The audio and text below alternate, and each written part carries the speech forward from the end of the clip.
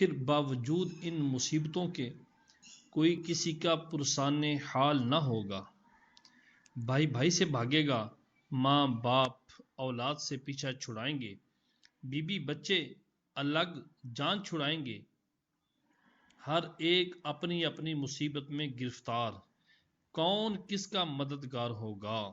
حضرت آدم علیہ السلام کو حکم ہوگا، اے آدم دوزخیوں کی جماعت الگ کر۔ عرض کریں گے کتنے میں سے کتنے؟ ارشاد ہوگا ہر 1000 سے 999۔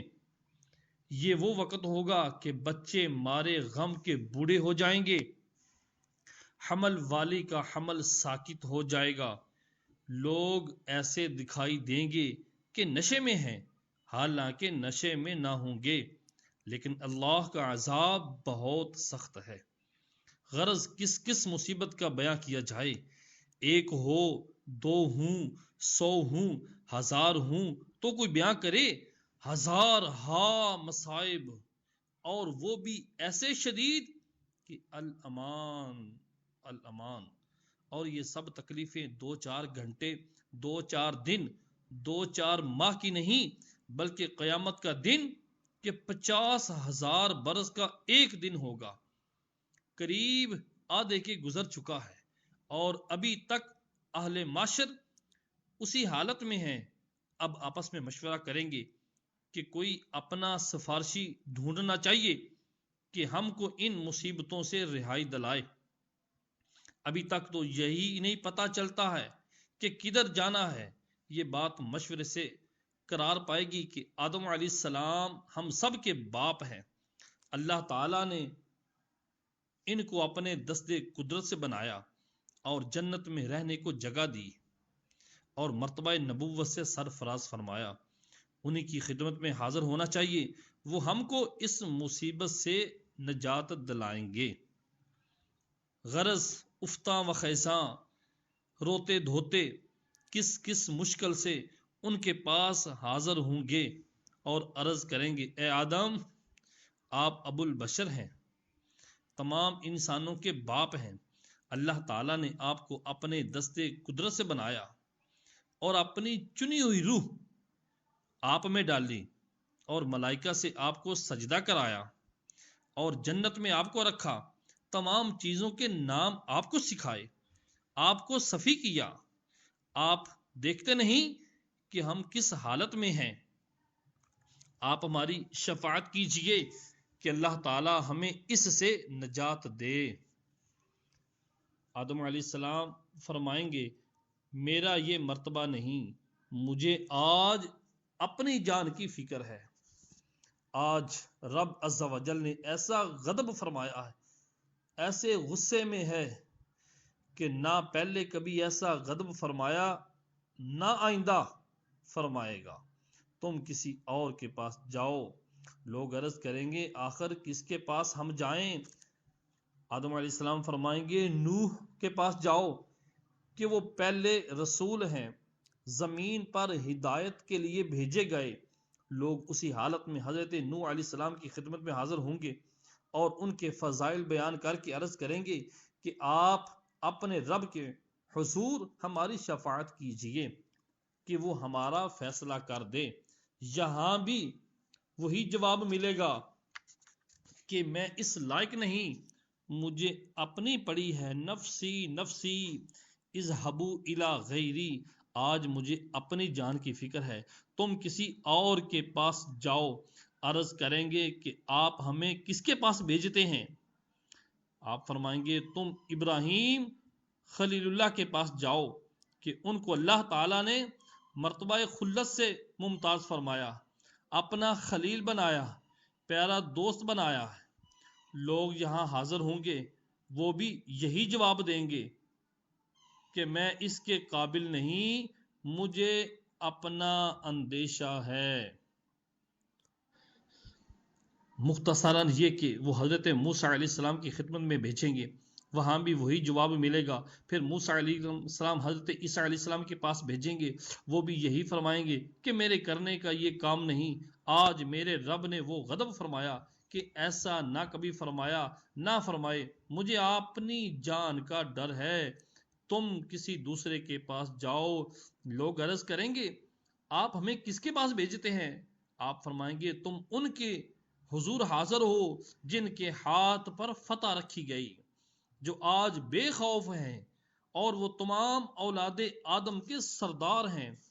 تم محمد عربی صلی اللہ علیہ وآلہ وسلم کی خدمت میں حاضر ہو، وہ خاتم النبیین ہیں،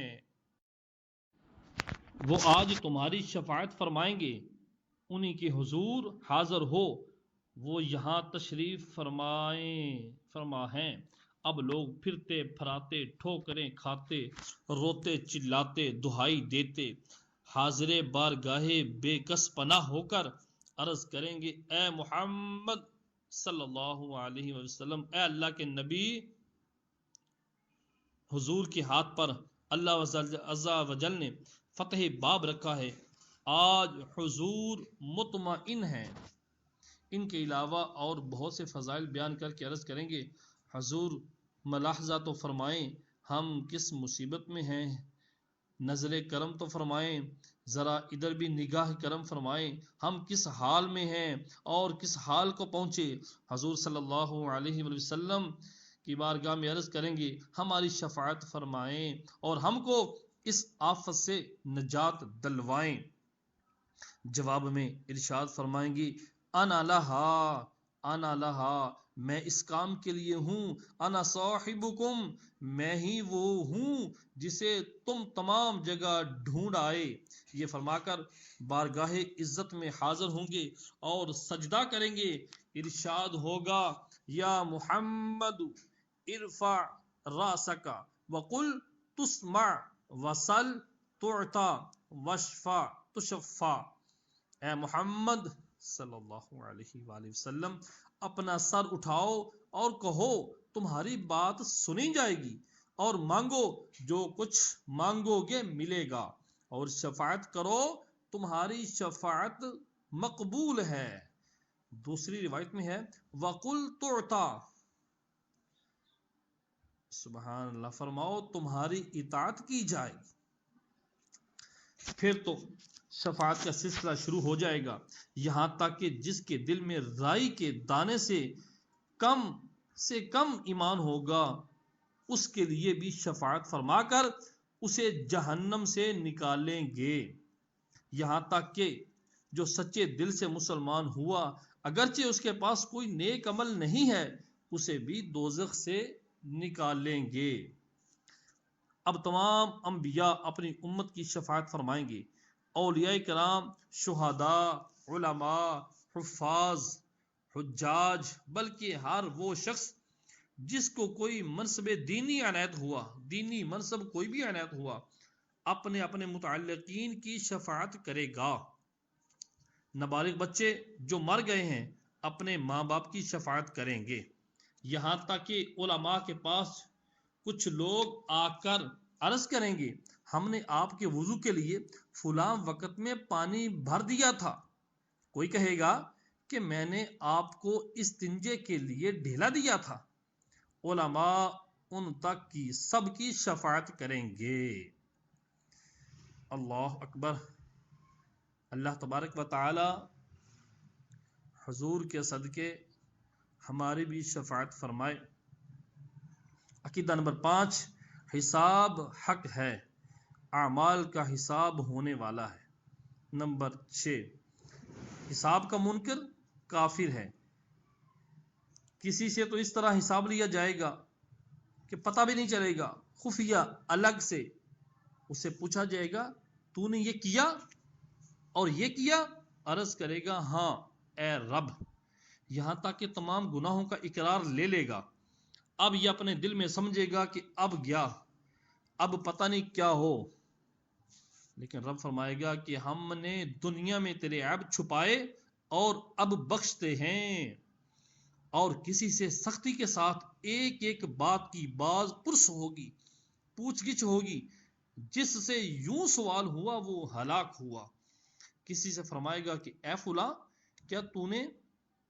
کیا میں نے تجھے عزت نہ دی، تجھے سردار نہ بنایا اور تیرے لیے گھوڑے اور اونٹ وغیرہ کو مہیا نہ کیا؟ ان کے علاوہ اور نعمتیں یاد دلائے گا، بندہ عرض کرے گا ہاں تو نے سب کچھ دیا تھا. پھر رب فرمائے گا تو کیا تیرا خیال تھا کہ مجھ سے ملنا ہے؟ عرض کرے گا نہیں.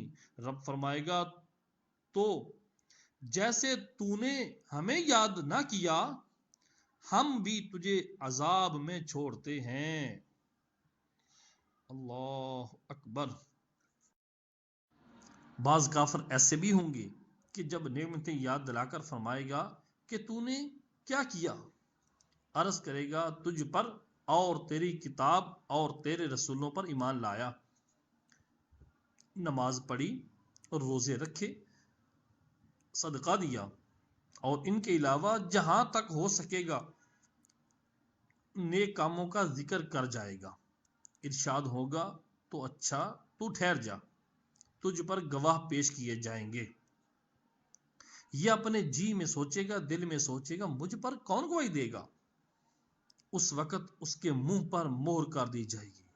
الیوم نختم علی افواہہم وتکلمنا ایدیہم. اللہ اکبر. اس وقت اس کے منہ پر مہر کر دی جائے گی اور اعضاء کو حکم ہوگا کہ بولو، گواہی دو. اس وقت اس کی ران اور ہاتھ، پاؤں، اس کا گوشت، اس کی کھال، ہڈیاں سب گواہی دیں گے کہ یہ تو ایسا تھا. وہ جہنم میں ڈال دیا جائے گا.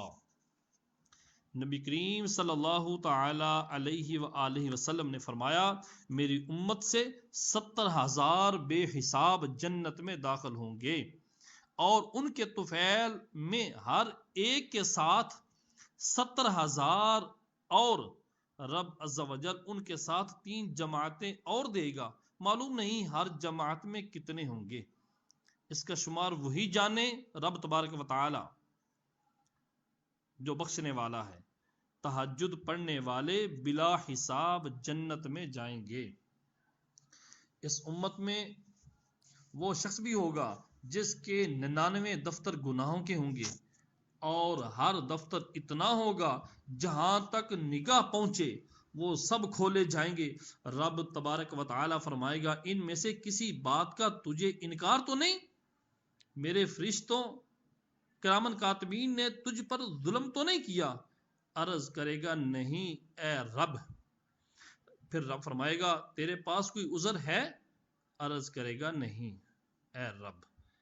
رب فرمائے گا ہاں تیری ایک نیکی ہمارے پاس ہے اور تجھ پر آج ظلم نہ ہوگا.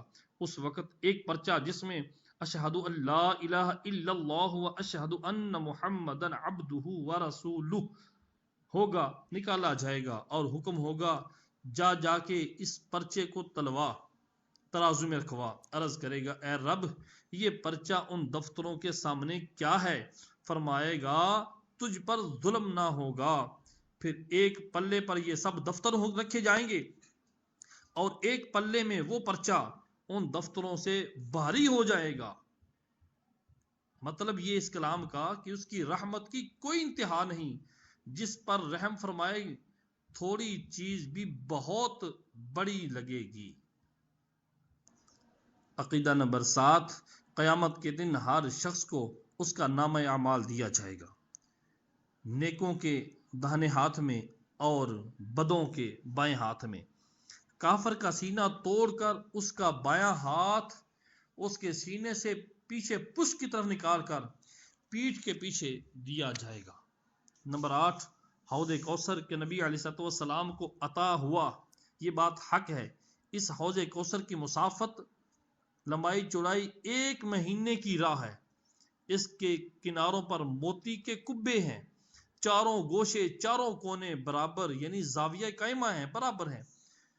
اس کی مٹی نہایت خوشبودار مسک کی ہے.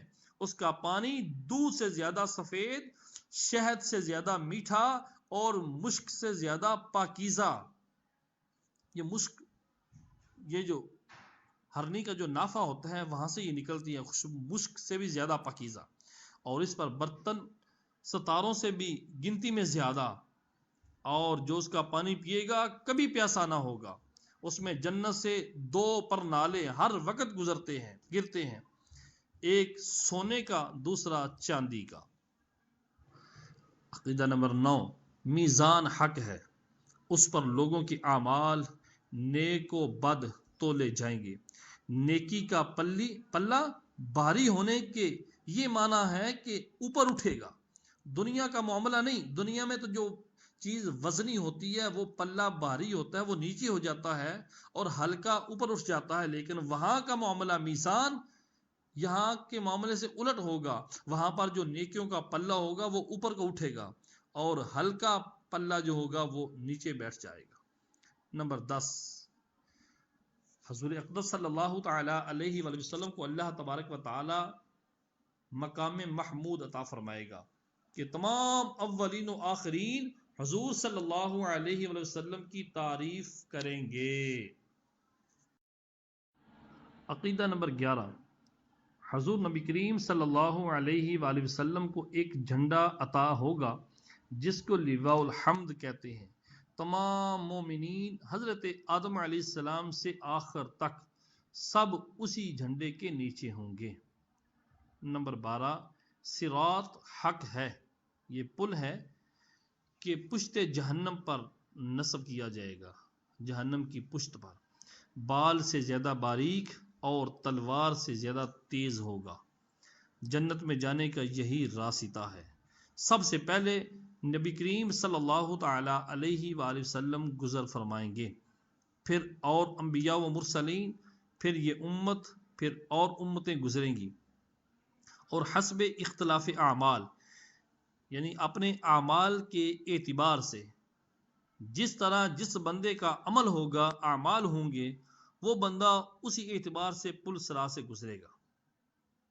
بعض تو ایسے تیزی کے ساتھ گزریں گے کہ جیسے بجلی کا کوندہ بجلی کی چمک کے ابھی چمکا اور ابھی غائب ہو گیا، اور بعض تیز ہوا کی طرح، کوئی ایسے جیسے پرند اڑتا ہے، اور بعض جیسے گھوڑا دوڑتا ہے، اور بعض جیسے آدمی دوڑتا ہے، یہاں تک کہ بعض شخص سرین پر گھسیٹتے ہوئے، اور کوئی چونٹی کی چال جائے گا، اور پل صراط کے دونوں جانب بڑے بڑے انکڑے، اللہ عز و جل جانے کہ وہ کتنے بڑے ہوں گے، لٹکتے ہوں گے۔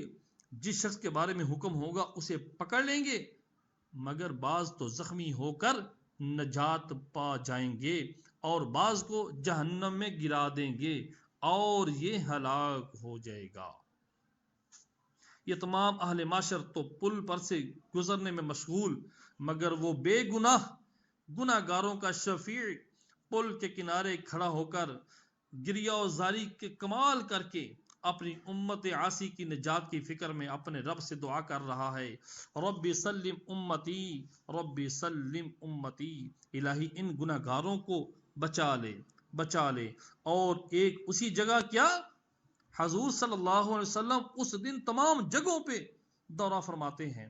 کبھی میزان پہ تشریف لے جائیں گے، وہاں جس کی نیکیوں میں کمی دیکھیں گے اس کی شفاعت فرما کر نجات دلوائیں گے، اور فوراً ہی دیکھو تو حوض کوثر پر جلوہ فرما ہیں، پیاسوں کو سیراب فرما رہے ہیں، اور وہاں سے پل پر رونق افروز ہوئے اور گرتوں کو بچایا۔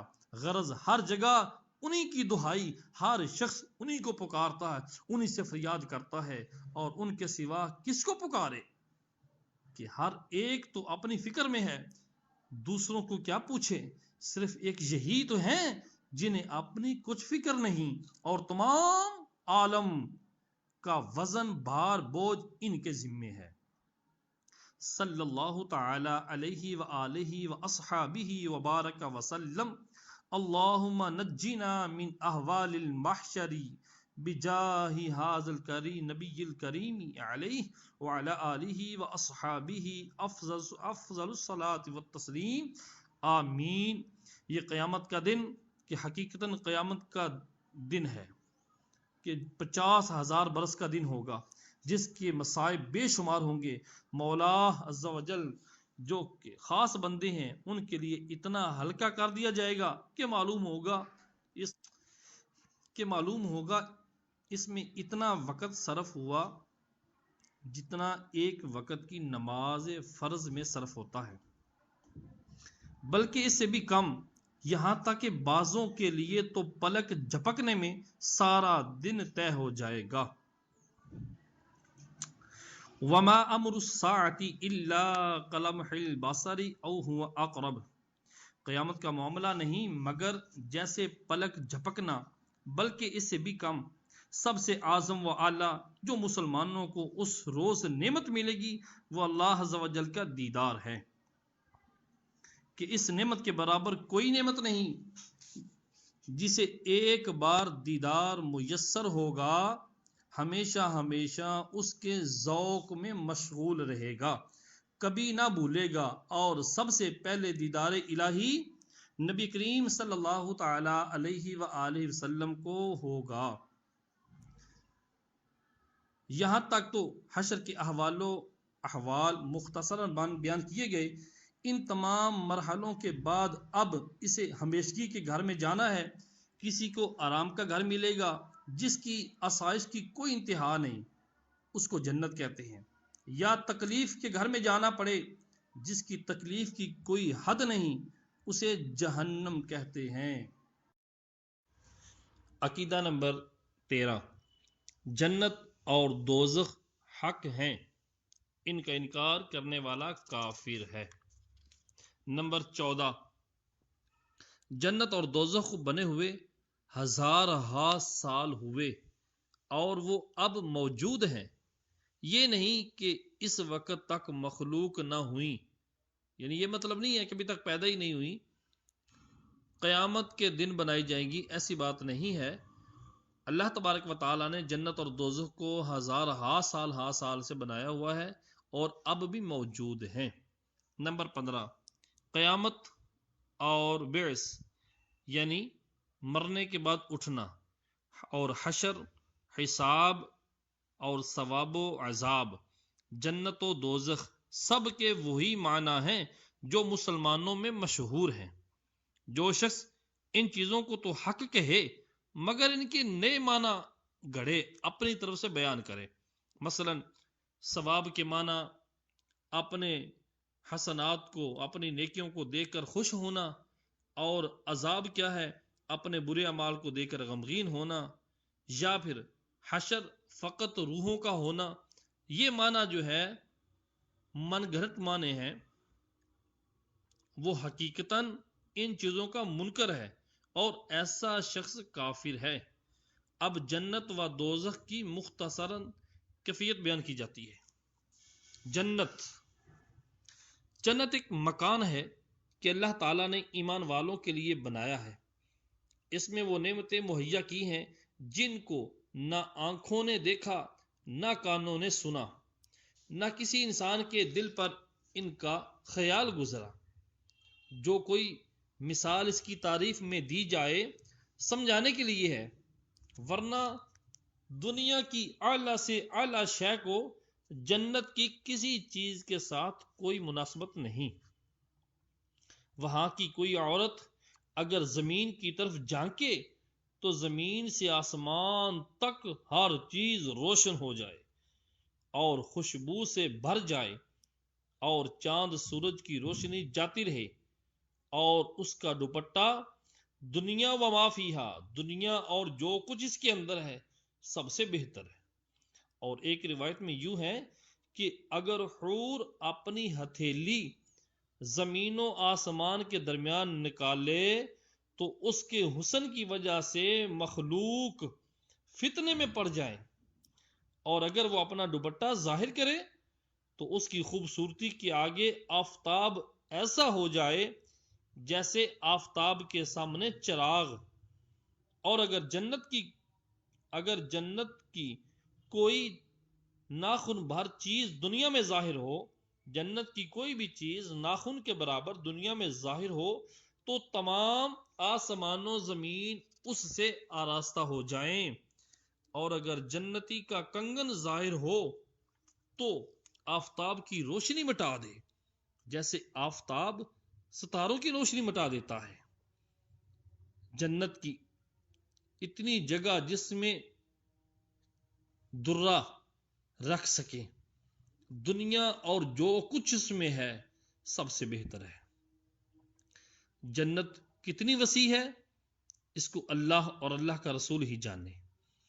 اجمالی بیان یہ ہے کہ اس میں 100 درجے ہیں، اور ہر 2 درجوں میں وہ مسافت ہے جو آسمان و زمین کے درمیان ہے۔ رہا یہ کہ خود اس درجے کی کیا مسافت ہے، اس کے متعلق کوئی روایت خیال میں نہیں۔ البتہ ایک حدیث ترمذی کی ہے کہ اگر تمام عالم، تمام جہان ایک درجے میں جمع ہو تو سب کے لیے وہ ایک درجے کی مسافت وسیع ہے۔ جنت میں ایک درخت ہے جس کے سائے میں 100 برس تک تیز گھوڑے پر سوار چلتا رہے اور ختم نہ ہو۔ جنت کے دروازے اتنے وسیع ہوں گے کہ ایک بازو سے دوسرے تک تیز گھوڑے کی 70 برس کی راہ ہوگی۔ پھر بھی جانے والے کی وہ کثرت ہوگی کہ مونڈے سے مونڈا چھلتا ہوگا، بلکہ بھیڑ کی وجہ سے دروازہ چرچرانے لگے گا۔ اس میں قسم قسم کے جواہر کے محل ہیں، ایسے صاف و شفاف کہ اندر کا حصہ باہر سے اور باہر کا اندر سے دکھائی دے۔ جنت کی دیواریں سونے اور چاندی کی اینٹوں اور مشک کے گارے سے بنی ہیں۔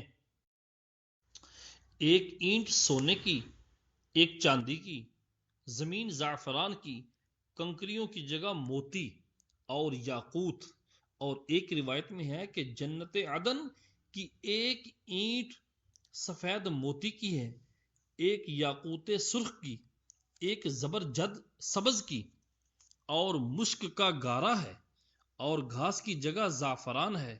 موتی کی کنکریاں، عنبر کی مٹی۔ جنت میں ایک ایک موتی کا خیمہ ہوگا جس کی بلندی 60 میل۔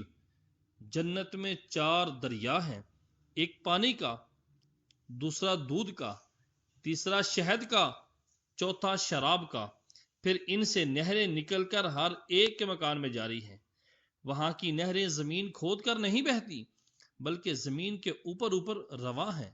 نہروں کا ایک کنارہ موتی کا، دوسرا یاقوت کا، اور نہروں کی زمین خالص مشک کی۔ وہاں کی شراب دنیا کی سی نہیں جس میں بدبو اور کرواہٹ اور نشہ ہوتا ہے اور پینے والے بے عقل ہو جاتے ہیں، آپے سے باہر ہو کر بےہودہ بکتے ہیں۔ وہ پاک شراب ان سب باتوں سے پاک و منزہ ہے، صاف ستھری ہے۔ جنتیوں کو جنت میں ہر قسم کے لذیذ سے لذیذ کھانے ملیں گے، جو چاہیں گے فوراً ان کے سامنے موجود ہوگا۔ اگر کسی پرند کو دیکھ کر اس کے گوشت کھانے کو جی ہوا تو اسی وقت بنا ہوا ان کے پاس آ جائے گا۔ اگر پانی وغیرہ کی خواہش ہو تو کوزے خود ہاتھ میں آ جائیں گے، گلاس ہاتھ میں آ جائیں گے۔ ان میں ٹھیک اندازے کے موافق پانی، دودھ، شراب، شہد ہوگا کہ ان کی خواہش سے ایک قطرہ کم نہ زیادہ۔ بعد پینے کے خود بخود جہاں سے وہ گلاس، وہ کوزے آئے تھے، چلے جائیں گے۔ وہاں نجاست، گندگی، پاخانہ، پیشاب، تھوک، رینٹ، کان کا میل، بدن کا میل اصلاً بالکل نہ ہوں گے۔ ایک خوشبودار فرحت بخش ڈکار آئے گی، خوشبودار فرحت بخش پسینہ نکلے گا، سب کھانا ہضم ہو جائے گا، اور ڈکار اور پسینے سے مشک کی خوشبو نکلے گی۔ ہر شخص کو 100 آدمیوں کے کھانے پینے جمع کی طاقت دی جائے گی۔ ہر وقت زبان سے تسبیح و تکبیر بقصد ارادے اور بلا قصد بغیر ارادے کے مثل سانس کے جاری ہوگی۔ کم سے کم ہر شخص کے سرہانے 10,000 خادم کھڑے ہوں گے۔ خادموں میں ہر ایک کے ایک ہاتھ میں چاندی کا پیالہ ہوگا اور دوسرے ہاتھ میں سونے کا، اور ہر پیالے میں نئے نئے رنگ کی نعمت ہوگی۔ جتنا کھاتا جائے گا لذت میں کمی نہ ہوگی بلکہ زیادتی ہوگی۔ ہر نوالے میں 70 مزے ہوں گے، ہر مزہ دوسرے مزے سے ممتاز اور معن اور یک لخت وہ سارے محسوس ہوں گے۔ ایک کا احساس دوسرے سے مانے نہ ہوگا، دوسرے کے لیے رکاوٹ نہ ہوگا۔ جنتیوں کے نہ لباس پرانے پڑیں گے نہ ان کی جوانی فنا ہوگی۔ پہلا گروہ جو جنت میں جائے گا ان کے چہرے ایسے روشن ہوں گے جیسے چودھویں رات کا چاند، اور دوسرا گروہ جیسے کوئی نہایت روشن ستارہ۔ جنتی سب ایک دل ہوں گے، ان کے آپس میں کوئی اختلاف و بغض نہ ہوگا۔ ان میں سے ہر ایک کو حور عین میں کم سے کم 2 بیویاں ایسی ملیں گی کہ 70 جوڑے پہنے ہوں گی، پھر بھی ان لباسوں اور گوشت کے باہر سے ان کی پنڈلیوں کا مغز دکھائی دے گا، جیسے سفید شیشے میں شراب سرخ دکھائی دیتی ہے، اور یہ اس وجہ سے کہ اللہ عز و جل نے انہیں یاقوت سے تشبیہ دی، اور یاقوت میں سوراخ کر کے اگر ڈورا ڈالا جائے تو ضرور باہر سے دکھائی دے گا۔